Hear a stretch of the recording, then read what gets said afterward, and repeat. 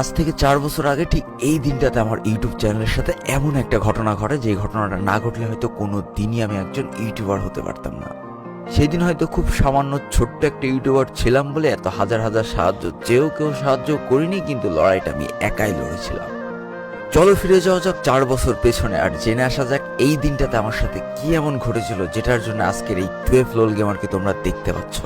তো বেশি ব্যাকপ্যাক না করে ছোট্ট একটা ইন্ট্রো দিয়ে আজকের ভিডিও শুরু করা যাক।